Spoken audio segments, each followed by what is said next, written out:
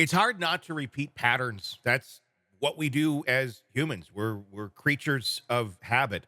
When you are raised by someone who has very bad habits, very bad patterns, and that's all you know for most of your life into your adulthood, especially when they make you think that you might not be the age you are, it's got to be hard to break that. It's hard to break it in a healthy life. More or less, someone who's been imprisoned by their mother, like Gypsy Rose Blanchard was for so many years, and then sent to prison herself for the charges of conspiring to murder her mother. Talking about those patterns and how to break them and the ability to break them and what environment one needs to have to break them is Shavaun Scott, psychotherapist and author, who's joining us. Yeah, that this is something I've watched all the documentaries, I've watched the interviews. Obviously, I'll say this first: Gypsy Rose definitely a victim here, but at the same time, I think people are rooting for her, even her critics. And I'm being a critic, I am still rooting for her, but from a standpoint almost kind of like fatherly, of like, oh, there's so many things here. You do it this way, steer it this way to get life back on track. How likely is it, Siobhan, that Gypsy will fall into the path of repeating those patterns of her mother because of what she went through and never really getting out into the real world to adjust in a healthy, happy way? Yeah, I think the thing that we see with her now is one of the bits of legacy from her mother, and that's the tendency to live in fantasy. She doesn't know what's real, Mhm. she's still looking for Prince Charming, and she thinks she's found him, and she thought she had found him in another guy while incarcerated. So she really has never experienced life in the real world. She doesn't know what normal is, and clearly that was her mom's pattern. Mhm. I don't think she has as far as we can tell, the capacity to be cruel the way her mother did and to really twist reality with all the fake Mhm. illnesses and just completely distorting how old she was, and she's probably not going to go to that degree.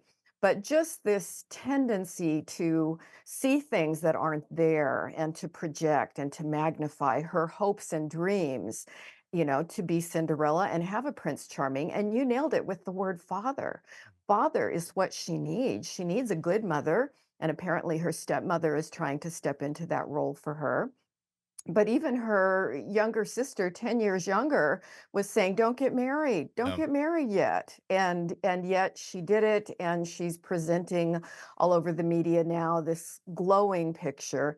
And I think those of us that are adults and we know the kinds of challenges that come with being married and the level of skill you have to have and the level of maturity you have to make it work, she's clearly not there. And so yeah, I'm doing the same thing. Fingers crossed. We'd love to see something good happen for her. Yeah, I mean, I certainly I don't wish ill on her, but I feel like I'm watching a train wreck in slow Yeah. motion as Yeah. this goes on. And it's not to be negative or hurtful; just it is what it is. Yeah. And something hopefully rights this train. One of the pieces in that documentary that really kind of stood out to me was a piece with the father. I think it's great that he's back in her life. That he didn't just continue to stay away or avoid. And he's there, but there was the moment of I only want to get married if my dad thinks it's the right thing, if my family thinks it's the right thing, and if they say no, I won't do it. I was kind of surprised by that statement. Her family all said no, except for dad. Except Dad, for I mean, dad. it was. I was thinking, oh my god, if this could be the one thing you can do for your daughter to give some direction in her life, it should have been standing up as dad and saying, "No, I don't think you should get married right now. You wanna date him? That's fine, but this is not you need this right now, Gypsy." But he was on the beach in his lawn chair. I know he was working, Mhm. but was saying, "Yeah, if that's a good idea there, Gypsy." And I'm suddenly have a northern accent. I don't know why. It should be the Louisiana one. Uh, I'm not good with my fake accents. But he went along with it. That just that it seemed like a big issue. What kind of a support system do you think she has in terms of strength to help her navigate this? There's the mom, the stepmom, there's the sister, and of course there's dad. Is this going to be enough though to kind of keep her on a good path? I don't want to say straight and narrow. Just let's avoid falling off the cliff, really. Yeah. Yeah. I think they'll be there. At least they present on the videos we can see online. They present as people who care about her, who want to be supportive. So I think at least they're there as a safety net. But they're not gonna be involved in her life enough to actually parent in the way that she needs, because I Yeah. think developmentally, she's thinking like a 14, 15-year-old right now, and when she was 14 or 15, she was thinking like a really little kid, and that doesn't mean that she's cognitively impaired in that way, but it's just the lack of life experience, having her life be so sheltered and so disrupted. So we hope that they're going to be consistent. We hope that they're going to be involved. But yeah, Dad, there's some red flags there. How did he not ever question the mother more specifically? Maybe go to a few doctor appointments, be more involved. The mother's family knew that she could walk and Mhm. she could play on a trampoline, and yet the dad had no clue.